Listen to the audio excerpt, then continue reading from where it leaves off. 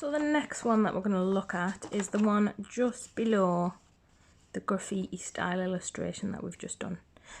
This one, it looks like a close-up of a pine cone, which reminds me of sort of like nature, being in the woods. So for this one, rather than just a plain wash, I think what I'm going to do on this one is the wet into wet technique. It's totally up to you. If you are still struggling to stay inside the boxes, I would advise you to just stick with wash for now and just build on that control.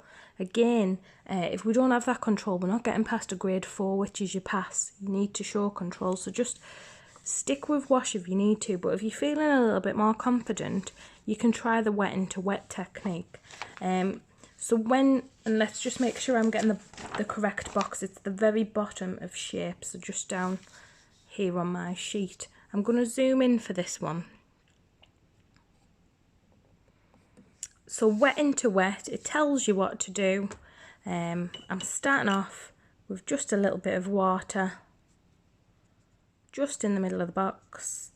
And if I'm thinking of the woods and nature, I might use bits of green and bits of brown.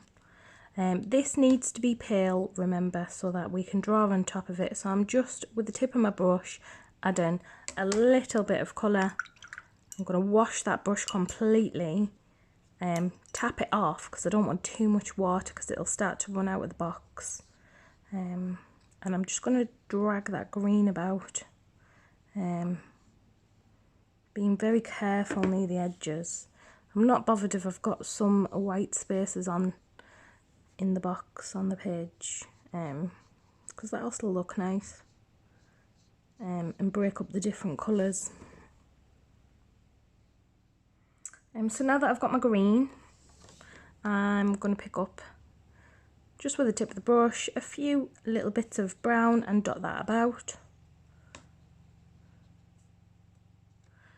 And then I'm going to wash my brush completely, wipe off the excess, and just use a tiny little bit of water to blend some areas that I'm not completely happy with.